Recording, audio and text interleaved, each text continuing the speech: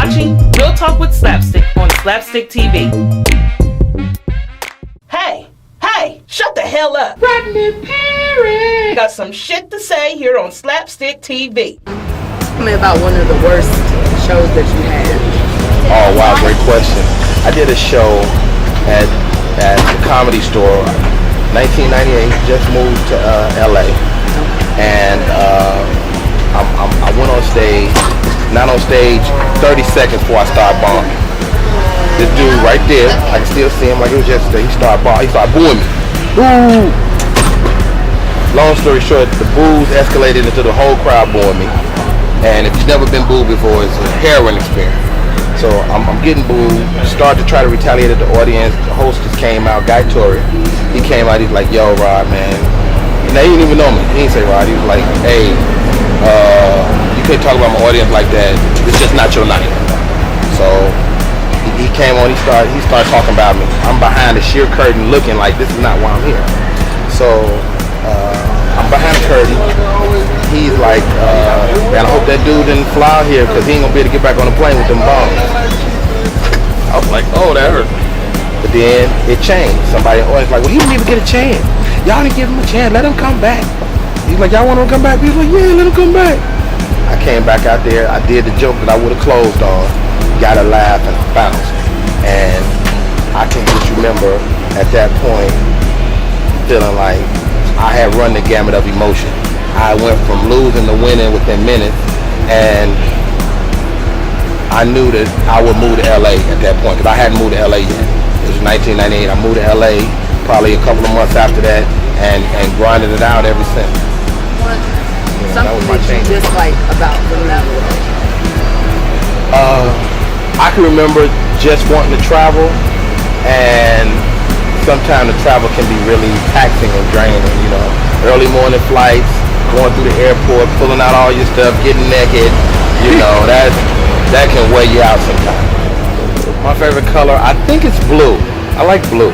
I like cool colors, but I like earth tones too, so blue and everything earthy. I don't know. Okay, so everything earthy. Or has there ever been a point where you felt I just can't do this, or it's not working? Only once, and it was way before that. I was doing comedy. I was in the Navy in New Orleans, and I went and did a gong show and got gonged. These people gonged the shit out of me. You know what I'm saying? They went and found other things to throw at the gong, like glasses and iron. I think I saw a TV hit the gong, and they gonged me. And I remember I got gonged, but I didn't leave. You know, you get gonged, you leave, and I didn't leave.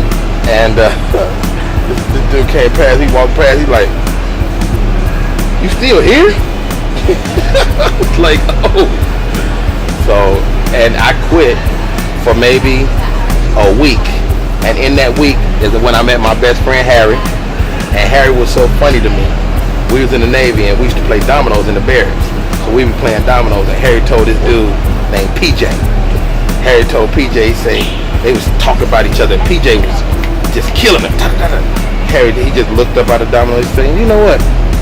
If I was your dentist, I'd just throw a cherry bomb in your mouth and say, fuck it." And the place just exploded. And I was like, "Oh, this dude is so funny." And so I started telling him, "Man, I used to do comedy, but you should try it." He's like, "I ain't doing no comedy." You know, he's like, "I'll do it if you do it with me." And we became a comedy team, Ratchet Rod Comedy Explosion. And Harry and I became that, and that got me back in the game, and I never stopped doing comedy since then. And so that brings me to this question. So before... I'm bringing you a lot of places. Yeah, you bringing me all around. I mean, you just leading me. That's what I like about you. You know. What were you doing before you were a professional? I was in the Navy for 8 years, but you do other jobs too. When I moved to LA, I moved to LA to do stand-up, but I still wasn't doing it. Like, I got off, I started, you know, my wife and I managed an apartment building for a couple of years. In the Navy, I was a secretary at Yeoman, so what I used to do, I did clerical work. I used to do temp jobs, you know, and I remember temping at the VA, and I went on lunch break, and I met this dude. He was an amputee, cut off at the knees. He was in his wheelchair, and he was just the happiest old man. He's like, "Man, young buck, what you gonna do with your life?" And I was like, "What you talking about, man?" He said, "Man, you gonna stay here forever, or you gonna do what you supposed to do?" And And I was like, wow. And I just had to reflect on what he was saying. It was like a message from God. And I left that day to that temp job, and from that point on, which was like around late 2001, I haven't done anything but comedy since then. Let's ask some personal questions. You're a family man. Yes. You've been married. I hit it all the time. Never pull out. All right, I like it. Every chance I get, you know what I'm saying? I got 6 kids, so I drops it in. That what you saying? That's okay. What I was getting to. Okay. All right. So, with all this reality TV. No, I'm sorry. With all this reality TV that we have nowadays, different, people, especially us black people. Yes. We on the screen. El Negros. Would you ever think of doing a reality television show? And if so, what type? Good question. Would I do a reality show? Yeah, I think I would. I wouldn't do the flavor. I mean, I'm married. It'd be more like, I don't know, married dudes fight back or something. all right. And I don't know. I do have an idea for kind of a half reality, half comedy show. But I can't get that to y'all right now because that's actually gonna happen. All right. So y'all stay tuned. All right. Now this is something that everybody has. A famous quote that your grandmother, or an older person in your family, used to always say to you. You didn't understand as a child, and you get grown, and it's funny to you now. A good quote that I live by, and it's not from my grandmother, but it's from a friend of mine. His grandfather used to tell him, if you want a job, just go on there and start working. Eventually they'll figure out you there. And I've hired like several people because of that. They just come in my life and start working. And so, a lot of times if you out there and you grinding and you hustling and you like, man, how do I get it done? Sometimes you just got to go and start working, and people will notice you. You just got, especially if you got a great work ethic and you're a hustler. People want them type of people around their life. And people, you like a drug game. You got to give them a little bit sometimes. Every comedian has an opinion. How do you feel about Michael Jackson? I mean, it's tragic. Well, yeah. Well, I'm a Michael Jackson fan. I think, I had this conversation with one of my comedy friends not too long ago. Like, some things I think that we as black people, it should be kept in close company. Like I would never do a joke about Martin Luther King's infidelity. Right. You know what I'm saying?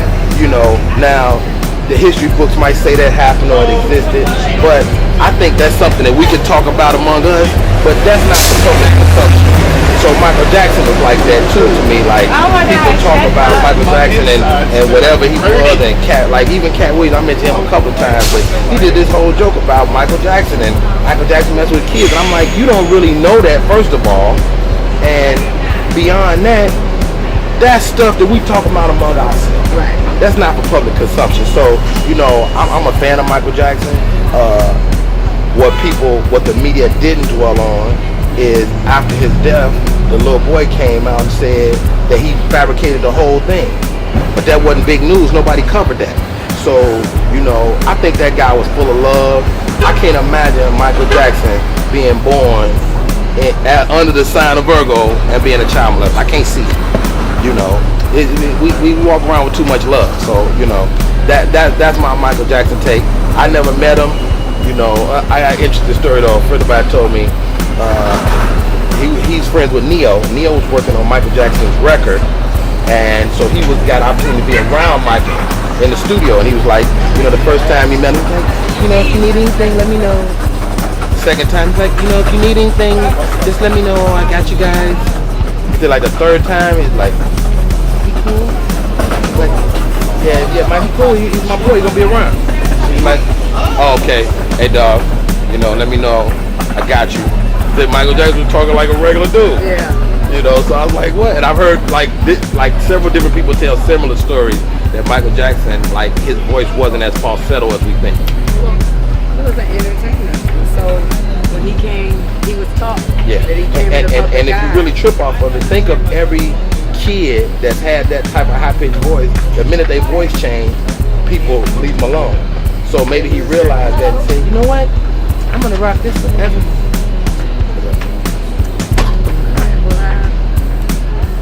ugly nigga right there. I don't know if y'all saw that. Terrible. It's silly. Thank you for watching SlapStik TV. Now that was Real Talk with our main man, Rodney Perry himself. Stay tuned for next week's episode with comedy genius Kevin Hart here on SlapStik. SlapStik. SlapStik. SlapStik. SlapStik. SlapStik. SlapStik. SlapStik TV. SlapStik. Shut it down. SlapStik. Shut it down. Shut it down.